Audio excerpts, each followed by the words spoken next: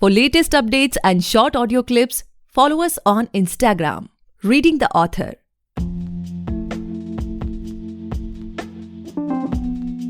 Hey guys, welcome back to the podcast Reading the Author, a unique show where we read authors' mind and not their book. Meanwhile, I truly believe and pray that you and your families are completely safe and healthy as well. Today we have Abhishek Bhargava sir with us, the author of You Will Sail Through. Thank you so much, sir, for coming on our show. It's truly a pleasure to have you on our show today. Yeah, thanks to you as well for providing me the opportunity. It's really great to have you, and I look forward to it. So, before we get into the podcast and know much more about your book, I would like you to please introduce yourself, about your journey of being an author or about your childhood and all those things. Yes, so I started writing this book in 2019 in the month of February. Before that, I started writing blogs on Instagram, and so those blogs used to be quite short, like 3 lines, 2 lines, or something like that, very small quotes or something like that, and very self-help kind of a job. I never thought of writing a book, and to be very frank, it was just going like that. One day I realized in mid 2019 only that I should give a shot to it, like I should write a book. A lot of people will appreciate that your content is quite good and you should go for it. So after my office hours, I started writing. I used to work in a corporate organization in Bangalore. I still do. So you can say that it used to be my escape from those long tiring hours. So I started writing the book there itself, like after my office hours as well. And initially it was quite I would be very frank to you, it was like a non-fiction book. I never thought of writing a fiction book, so it was very user-friendly kind of a book, very general learnings which we see around ourselves and that kind of a book. But later on I realized that I should convert it in a fiction book by introducing a lot of characters in it. So I end up converting it in a fiction book of around 294 pages, and there are at least if you have read the book already, there are as many as 26 fictional characters. So it became quite a lengthy book in the end. So I myself when I was reading it, like after releasing, I couldn't believe that I end up writing so many characters. So it's really thankful to the universe for making it happen. But to be frank, I never made a plan to write a book. It just happened. I can't believe how it happened, but like one step at a time, it happened. Like I was quite disciplined about it, I would say. I am a solo traveler. I do a lot of traveling. These days I can't travel because of COVID and all. But before that, I used to travel a lot. As far as my childhood is concerned, as you asked me, so in my childhood also, I used to be a kid, I would say, who was very much lean towards literature and all. I used to read a lot. Harry Potter books and these fantasy kind of books I used to read a lot. Mathematics was something which was not my cup of tea. Solving a math problem was really a huge life problem for me. I myself know that it was quite tough for me to do math problem and all, but literature was something where I was quite lean, and I used to score good marks in English and in Hindi, and 6 to 8 we had Sanskrit in school as well, so I used to score good marks there as well. But when it comes to maths, when it comes to physics, when it comes to chemistry, it was a big challenge for me. It used to be. That's how my writing process has been. So it took me almost 16 months to write and edit, and then finally got it published. So that's my journey so far. Okay. So we can say that the foundation of English literature was formed in your childhood only. Yeah. It was since school days, and I am still in touch with my English teacher. I met her during Diwali this year, and when she got to know about my book, she congratulated me, and she was saying that, I still remembered those English chapters which we used to read in our school, those stories of Brutus, those stories of those Shakespeare's plays and those Jacob Marley and all those stories. I still remember those things, and I used to enjoy them a lot. I mean, I used to be a very, very naughty child who used to get a lot of punishment in school. I mean, I used to escape those math classes and all. But when it comes to English, I used to attend them, and I used to feel like these classes should never end. When it comes to grammar as well, I used to tell my teacher that why don't we have extra classes. Then she used to tell me कि तुमको सिर्फ English में pass होना है, that you don't want to study other things. But I never know. I mean, I used to be so much aligned toward English. These days also I am pursuing a philosophy course from one of the there is one of the course providers which is from Greece or something, which builds the foundation for your philosophy thing. So I'm quite interested in all these elements. It's since my childhood, I would say. But basically, sir, talking to you from last, I guess, 2 to 4 minutes, I can feel that you are really a person's people. You are much attached to your people. Like जिन लोगों से आप मिलते हैं, आप उन्हें छोड़ना नहीं चाहते अपनी लाइफ में. ये नहीं कि आगे बढ़ गए तो उन्हें छोड़ दें. So, and that's quite rare these days. Personally, what I feel like आपने बताया कि आप अभी लास्ट दिवाली में अपने इंग्लिश टीचर से मिले. So exactly. Yeah. So that a lot of people tell me, a lot of people tell me that a lot of people have come to me and they have said that you are too good for this too bad world. So you shouldn't be like this. People may misuse you.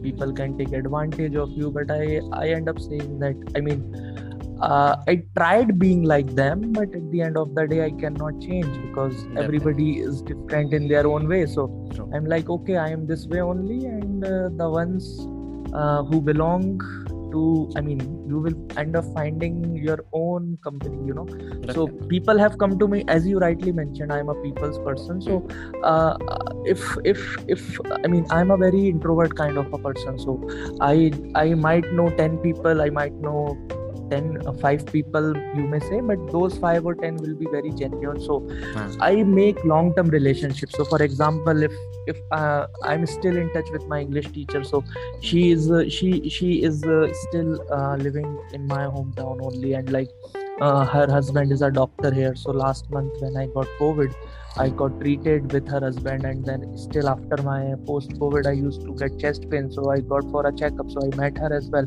I asked her, ma'am, have you read my book? She said it was awesome, and she congratulated me again. And so this is how, I believe that you have to build relationships with people, and this is how it works. If you think that you are somebody and then you think that you know everything, that is something which is not going to work. You have to be grounded every time. That's what really helps in your life. That's what I have learned so far. There are people who try to bring you down. There are people who won't like you, but that's their karma, and how you respond to it, that's your karma, and something which you have to believe in yourself, and you have to be honest, you have to be honest to yourself, because the only person who can defeat you is yourself. If you are not honest, for example, I have felt this during my writing process, that many a days I felt like, okay, I'm going through a writer's block. I don't want to write. I'm feeling like very tired. So that is something which happens a lot of time. You don't get creative ideas, but at the same time you have to decide, okay, if you are not honest to yourself, if you are not giving your time, if you are not that perseverance, if you are not putting that honest and perseverance thing in your work, then you yourself is not honest to your work. And if you are not honest, then universe is not going to help you. So I have felt this thing. So whenever there used to be a lot of work, I still remember in my office, when I was like working, and those stories used to call me. There is a character called Prashant in my story. So that Prashant story was incomplete, and it used to call me, and I was in my office, and then I used to wait for weekends, that weekend should come and I will complete the story of Prashant. Then there is a character called Radhika, and then I have to complete the story of Radhika, because when you start writing, you form a bond, an imaginary bond with your character. So you have to be honest with yourself. That's what I have learned, because when you are not honest, then you know yourself that okay, I have not given my 100%, and then you know that okay, now I have to pay a price, because universe is honest with everybody. Universe will not say okay, you are rich, so I will be good with you, you are poor, I won't be good. Universe punish everybody. Universe is transparent to everybody. That's what I have learned so far, and I have paid price for it. Whenever I am not honest, I have paid price. Everybody pays price whenever they are not honest. Definitely, certainly true. I completely believe this is. I completely agree with you on this. Yeah. And sir, when you said that you are an introvert, like I am also an introvert guy, and what I personally feel like, we create very few bonds with people, but what we create is completely like pure, like it will go through years and years. So, yeah, it has to be there, because these days forming a bond, and what I have believed, like there is in my book, there is 7th chapter which is on love and relationships. So in age of millennials, I have discussed this. So what people used to believe in age of millennials, people these days are making love and relationships on a short-term goal, which is not fulfilling. There are two things. One is happiness and the other is fulfillment. So people somehow feel happy, but they are not fulfilled. They feel that okay, I'm happy with this, I'm happy with this, I'm happy with this, but still they feel hollow. In my book, there is a character called Maddie who believes that he has multiple relationships, but still he does not feel happy. He meets a spiritual lady whose name is Jyoti Srinivas. She advises her that okay, he asked her that okay, I'm having these kind of relationships, still I'm not happy. Why is it so? She advised her that okay, you don't have an equilibrium in your life, and when you don't have an equilibrium in your life, you can't be happy. Then he realizes okay, I am happy, but I am not fulfilled. The same happens with corporate guys. So what happens in corporate guys, the people used to call it Monday blues. So in Monday blues, what they say they work till 5 days, and then on Saturday, Sunday they sleep, and then Monday they go for work, and they hate their jobs. Not everybody, but most of the people. And to avoid this, they call it Monday blues. So a lot of time they have given these kind of slangs, these kind of millennial words. So when I was doing my research, I was going through all these things, I was observing. So in my book, when you will read a lot of stories, you will be able to relate. And the reason for this for these engaging stories is that these all are inspired from real life events of millennials. So millennial is basically a generation which is born between 1980 and 1994. So when I was writing this book, I did a lot of research. In this 16 months of writing, almost 5 to 6 months went into research. So what I believe is you should be fulfilled. Happy is everybody, but not everybody is fulfilled. Definitely. So sir, my next question to you of this podcast, like you just shared about the book, like what we can expect from that book. But can you share with us what motivates you to write on this topic? So what I believe, when I saw around myself, there is a lot of issues going with emotional turmoil. Now, when I talk about emotional turmoil, I would say anxiety and depression. Now, when you see around yourself, like almost every third person, I would say like 33% of people, like they are going through either anxiety or depression, and it is very common. And in India especially, people have made it a taboo that they don't talk about it. For example, if you have sneezing, if you have a joint pain, if you have a headache, you talk about it. If you have a surgery, you talk about it. You go to YouTube, you go to Facebook, and you declare, okay, I'm going through a surgery. I have a surgery. Wish me luck. But when you have some emotional issues, you don't talk about it, because it's a huge taboo in India. Why is it so? I just wanted to bridge that gap. I wanted to make people realize that it's very common, it's very okay, it's very normal, and just like a physical injury you have, it's an emotional injury. So in my story, in my book, whenever you go through every stories, you will find that every character is going through some kind of emotional disturbance, some kind of emotional issue, and those issues are derived because of some kind of things which they are going in their life. So when you read the first chapter is all about attention seeking behavior. So in millennials, you see a lot of attention seeking behavior.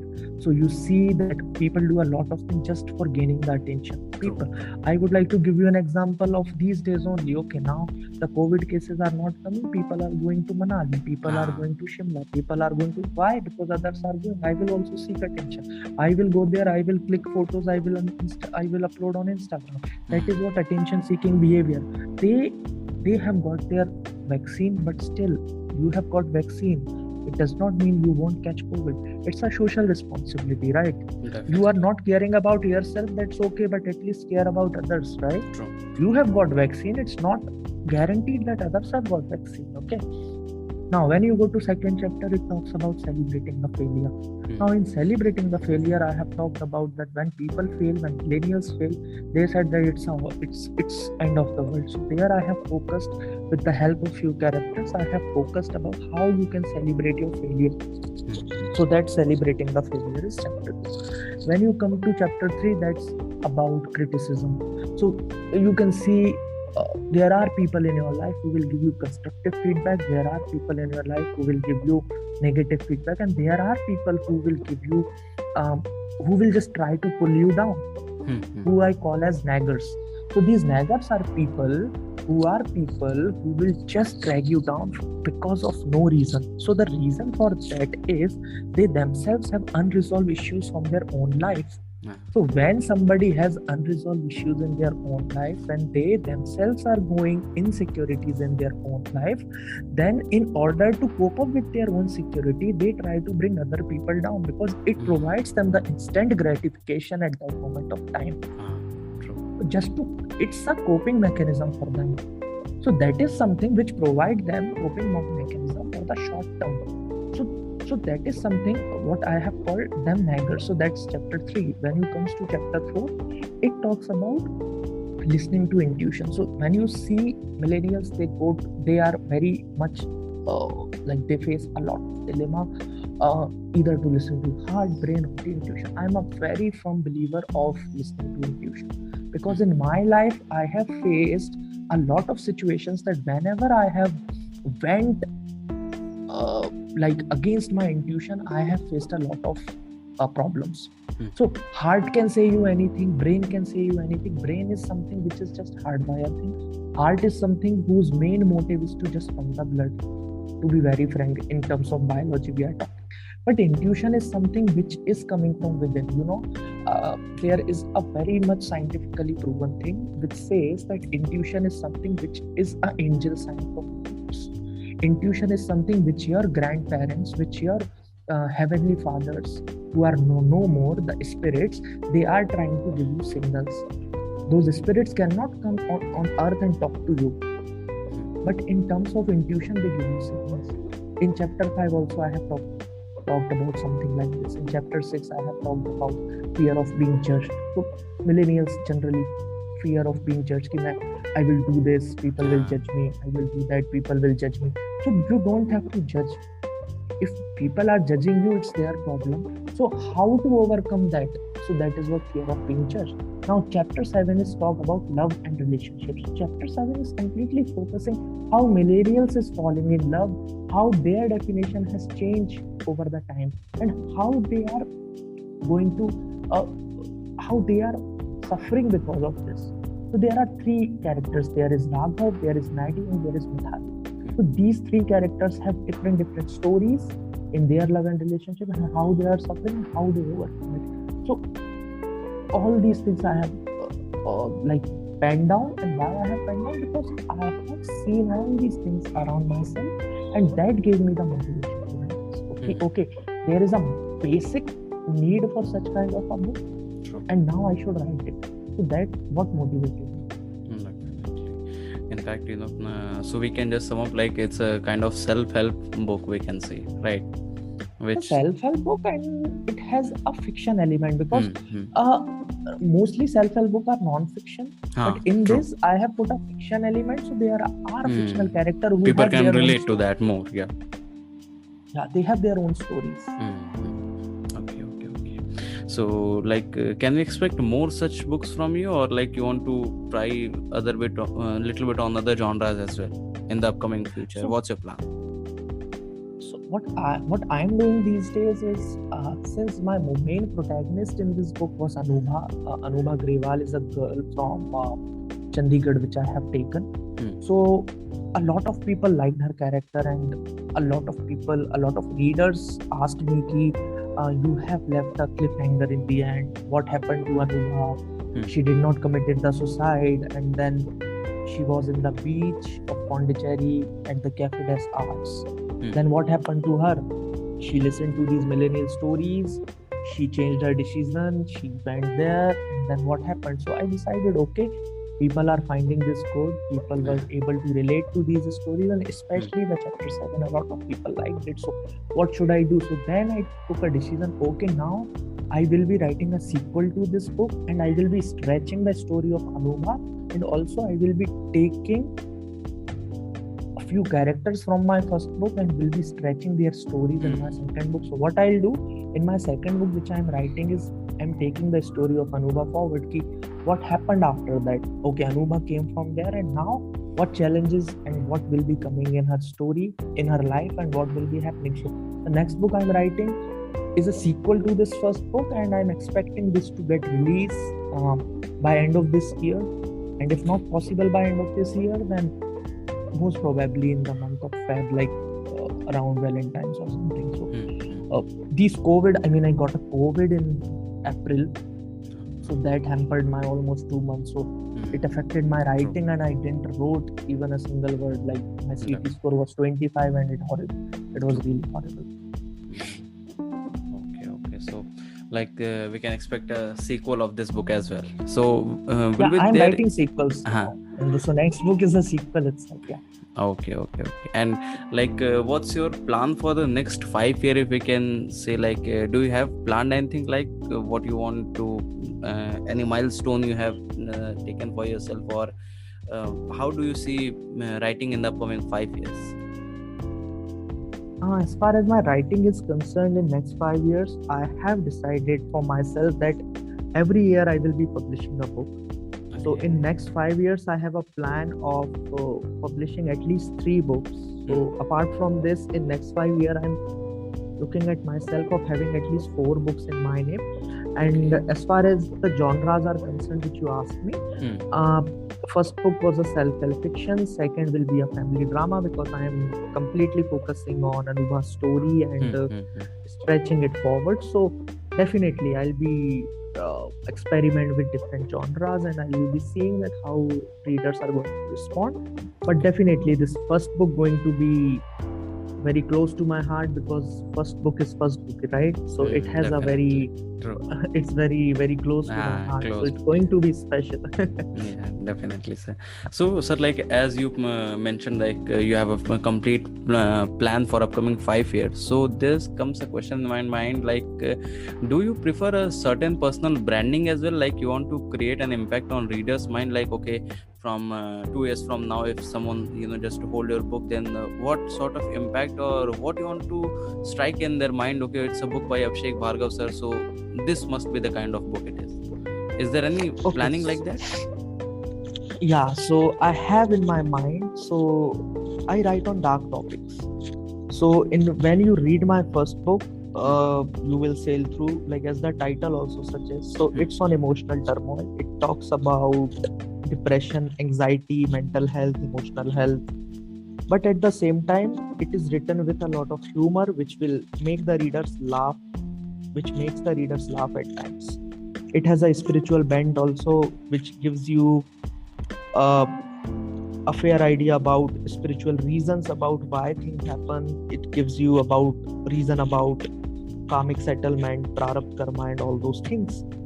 So when when somebody picks my book, they will have a fair idea that if it is Abhishek's book, it will definitely going to be a book which will be talking about dark topics. So, for example, my first book is about emotional turmoil, anxiety, depression. So, second book is talking about Anubha's journey. So, there she will be facing a lot of challenges, and those challenges will be from the Indian society, like how a girl goes through these society challenges. So that is what second book will be. So whenever somebody picks my book, they will be like, I'm a kind of a person who is very outspoken. Like, I never shy away from speaking whatever comes from within. So in my first book, you will also see that there are things which I have talked about. Like, I have talked about rising NPAs, non-performing assets, about the financial system of India. I have also talked about how demonetization was not good at that moment of time, how it affected the middle class and poor people. So I am somebody who talks a lot about middle class and poor people in India. I talk for them, their rights, and also in my second book also you will see such kind of things. So in my book they will get, okay, this is a guy who will talk about people's rights. This is a guy who will talk about misery, pain, guilt, resentment. This is a guy who will talk about heartache, healing, breakups, divorce. Because in my first book, you will say Gopal is going through a divorce, Ruchi is going through a divorce. Then Raghav has gone through a very horrible breakup. Then Maddie is a guy who is a playboy, but again, he's not happy in his life. Then when you see there is a girl called Debanjana. She's a Bengali girl. She is a CA in her life, but again, she's not happy. So these kind of social issues, which is something people will be able to relate to. Okay, there will be something which will help them sail through in their life. So it will be quite relatable. So that's what my focus is, that whenever somebody picks the book, they will definitely going to learn something. That's going to be my focus. So, sir, as in the starting of this podcast, you shared like it takes around 16 months for you to write this book. So, can you share with us like what sort of challenges you face while writing? Like, is there any challenge you faced? Yeah, I mean, one of the challenges which I faced was since my first book had Anubha as the character, as the main protagonist. She is a girl. So when I was writing the dialogues, when I was writing the story, so before talking about anything, I had to analyze everything from a women's perspective. So how a girl thinks, how a girl reacts to a certain situation, how a woman thinks about certain things. So being a man writing from a girl's perspective is something which I had to think a lot before putting down it on paper. That is something which I focused a lot. So in my second book as well, Anubha is the protagonist. So again, I have to realize and make sure that whatever I write, I think from her perspective. And since she is from Chandigarh, so how a Punjabi girl thinks, how she reacts to certain social issues, what's her take on various things. So these are the things I have to focus before writing on paper. So this is one of the challenges. Another challenge is that I'm a very, very lazy writer kind of a person. I'm not somebody who writes every day. Okay. I write like say two days in a week, or maybe 3 days. Sometimes it's 4 days also. But there's no schedule. I have to make sure there is no schedule, but I have to be more disciplined. So I have to cope up this challenge. That's what I believe.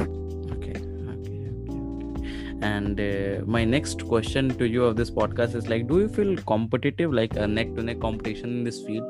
Like what we can see from the lockdown period, like there are numbers of writers coming day by day. Like you can say कि Covid के बाद से जो lockdown की situation है, काफी ज्यादा writers आ रहे हैं. So what sort of competition do you feel like?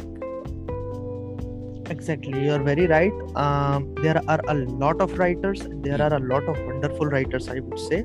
Because of COVID, a lot of people have got a lot of time to analyze things, to understand the situation. They have got a lot of free time. They have got a lot of uh, time to excel their skills, and I really feel competitive in this market, because in writing market, if you see there is a huge competition, and I really appreciate writers, and they are amazing in their own ways. Every writer is awesome, and seeing upcoming authors, seeing them, it really makes me feel competitive as well, and it makes me feel that you should be more disciplined in your writing, and you should also put more efforts, because writing market is all about sending your message among the readers, and if it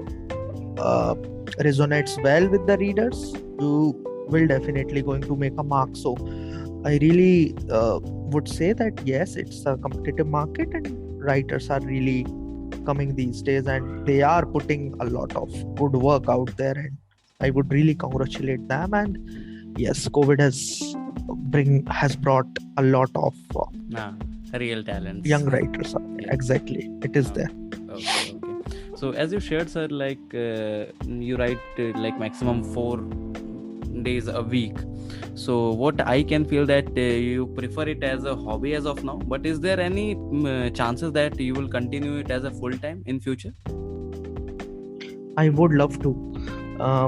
I would love to be a full-time writer. As of now, I am working with a consulting organization in Bangalore. So this is something which I'm doing as a part-time. This is something which I'm doing as a side hustle, you can say. But definitely my long-term goal in life is to be a full-time writer.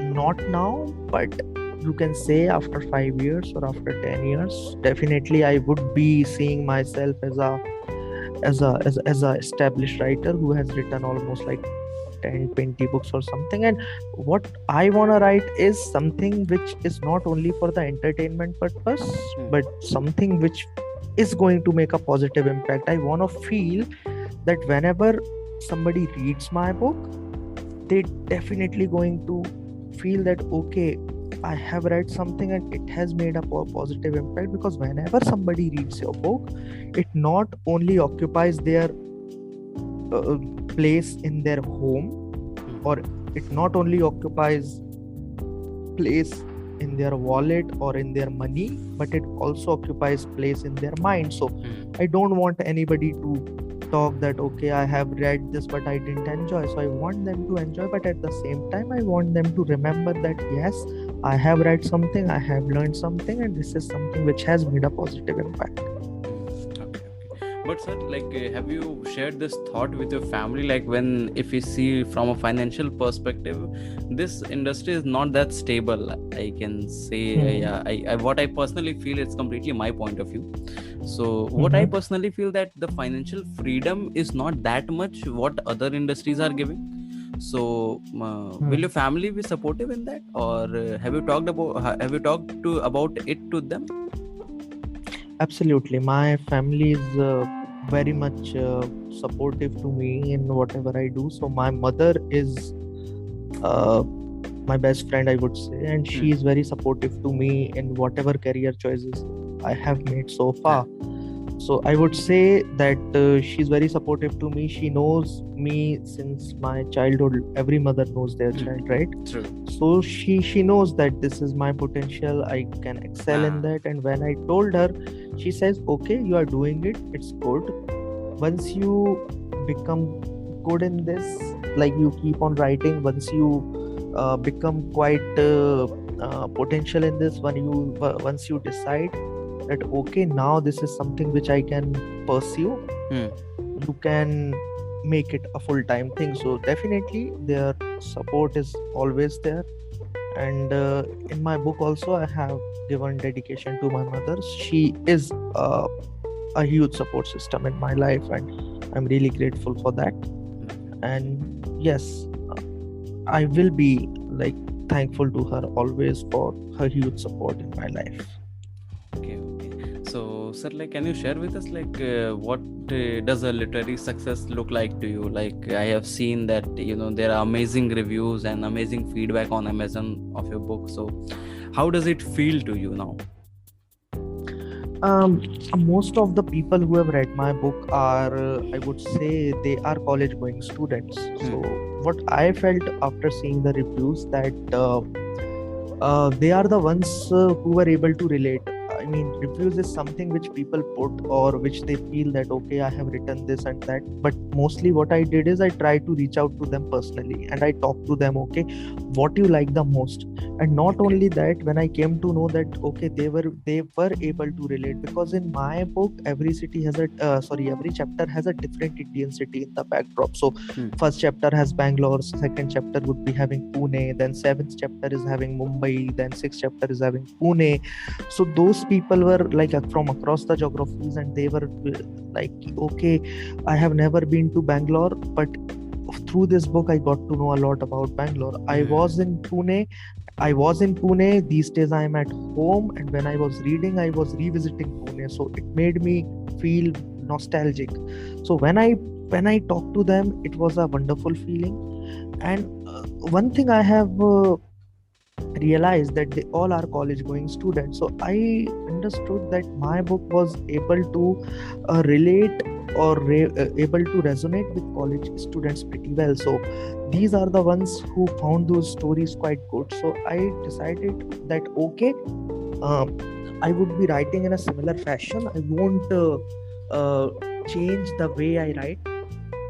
So what I have decided, that, okay, these students or these people who have recognized, I have also asked them, okay, you have shared with me that you like this thing, but I literally want to know that what is something which you don't like. So a few people also told me that, okay, there were over illustration at few things, the explanation part, which made it sometime like very slow. So you should avoid it. So I realized, okay, I would be avoiding. So I also asked Definitely. them. We grow only with our criticism. Yeah, that's true. So I asked them that. Yeah. So basically, you read your book reviews as well, right? Yeah, I read.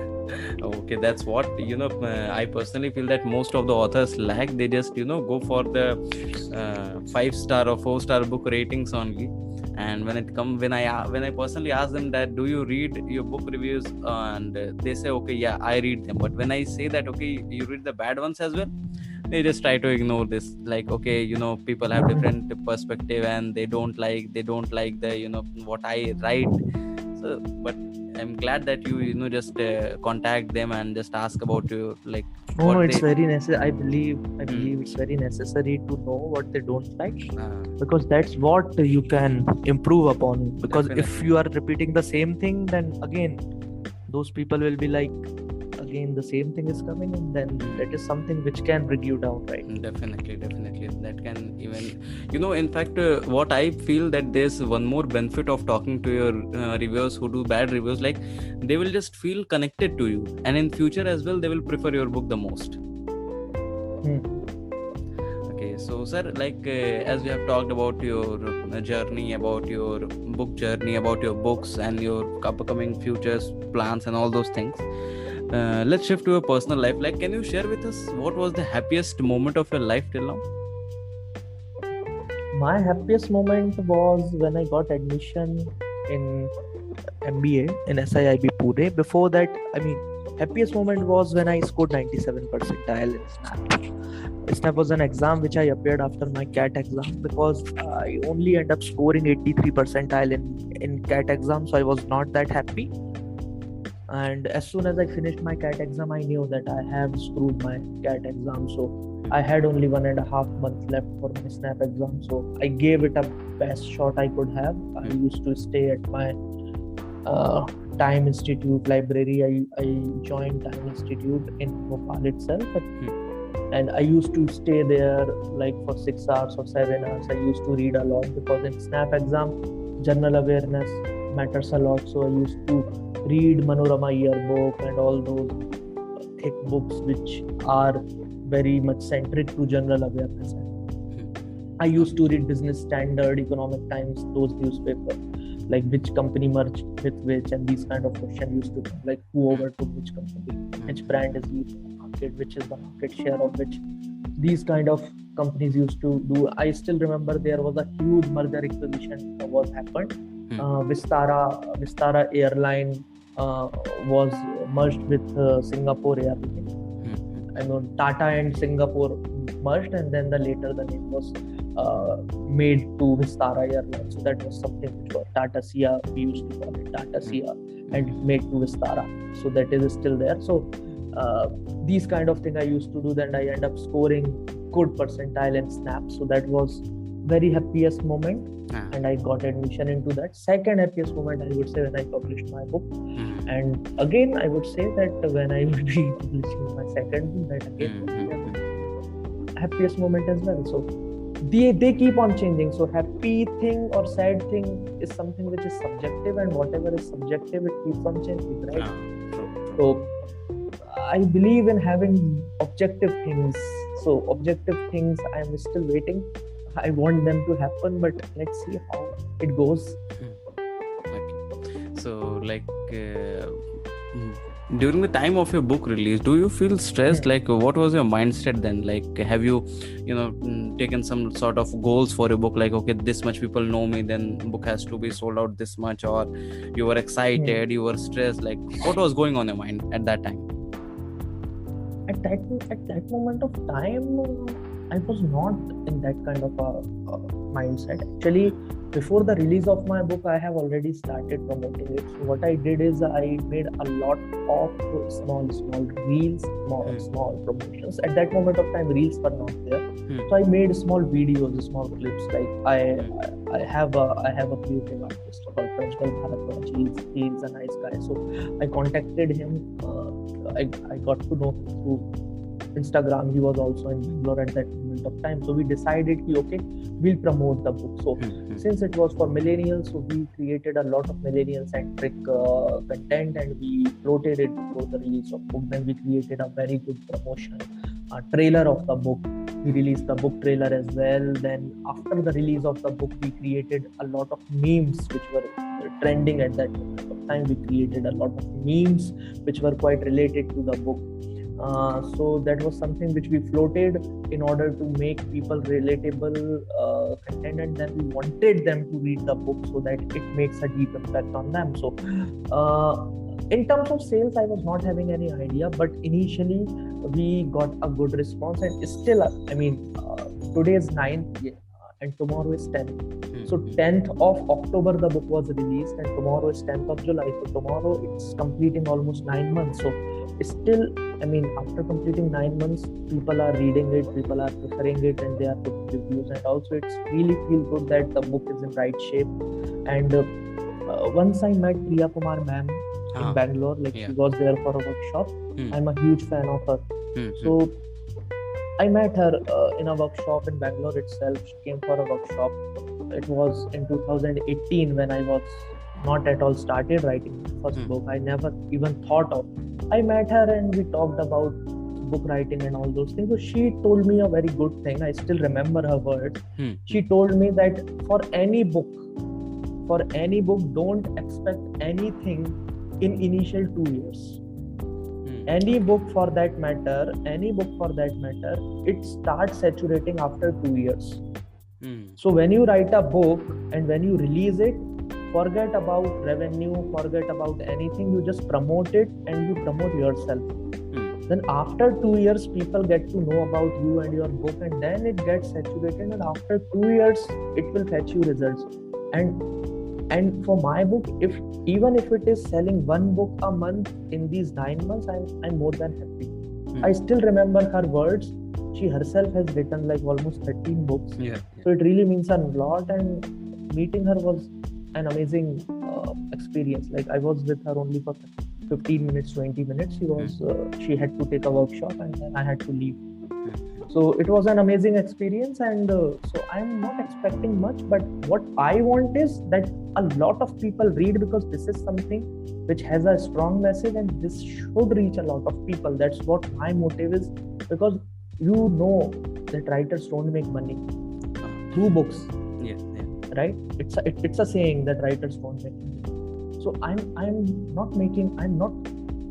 my goal is not to make money through books. My goal is to reach out to maximum people to impact their You lives. want to create impact in their lives.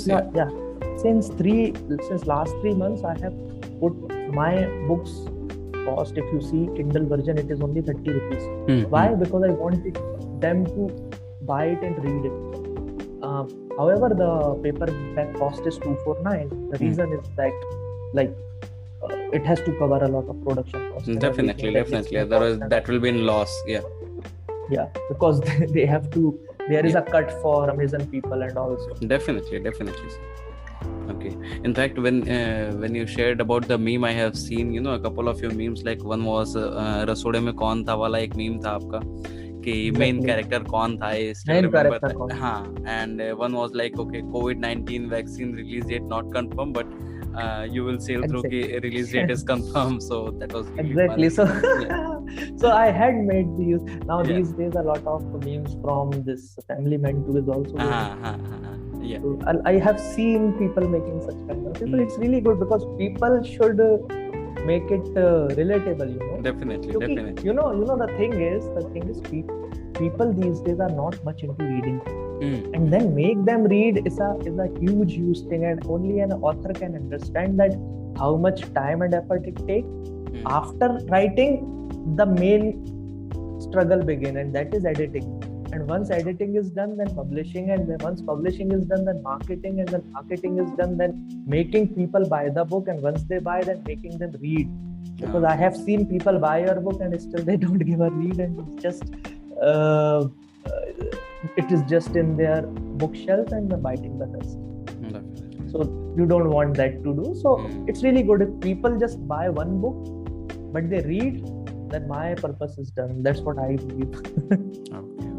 So sir, like what are the other things except writing which you are fond of, like which excites you? So apart from writing, I like to travel. Because of COVID, my travel plans have hampered a lot. I haven't traveled because travel is something which gives me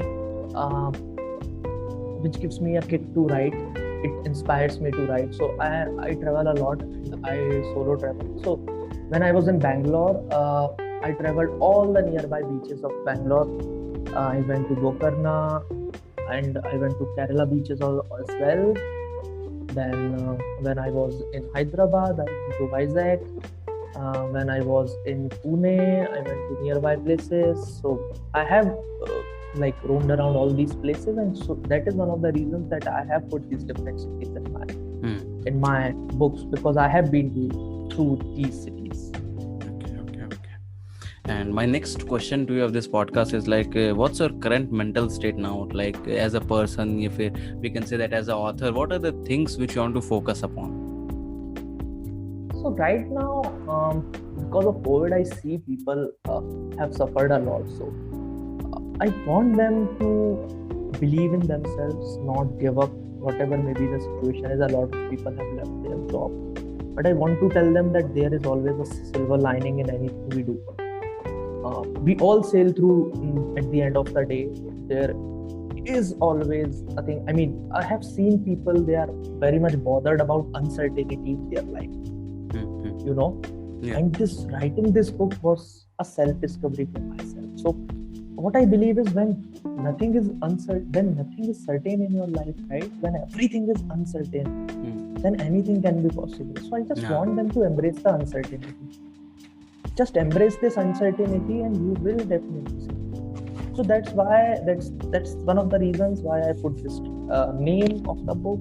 That's the reason that why I targeted this particular audience, this particular genre I took, and that's why I wrote this self-help book to help self, not only to help self but help others as well. And I really believe that whoever will read this book will definitely going to sail through, and whatever they are going through, I strictly believe this. I mean, if you give it a read, definitely it's going to make up.